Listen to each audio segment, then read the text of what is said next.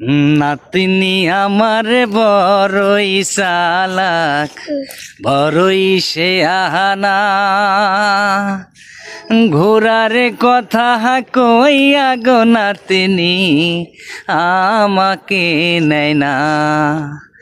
নাতনির মনের তাল বাহানা আমি ছুরত বুঝলাম না। ঘোড়ার কথা কইয়া গো নাতনি আমাকে নেয় না। ও যদি সুন্দর এখন নাতনি পাইতাম, যদি সুন্দর এখন মন পাইতাম, শঙ্কর ঘোষের মিষ্টি কিনে তারে আমি খাওয়াইতাম। ওরে রাজবাড়ির ওই মিষ্টি কিনে তারে আমি খাওয়াইতাম।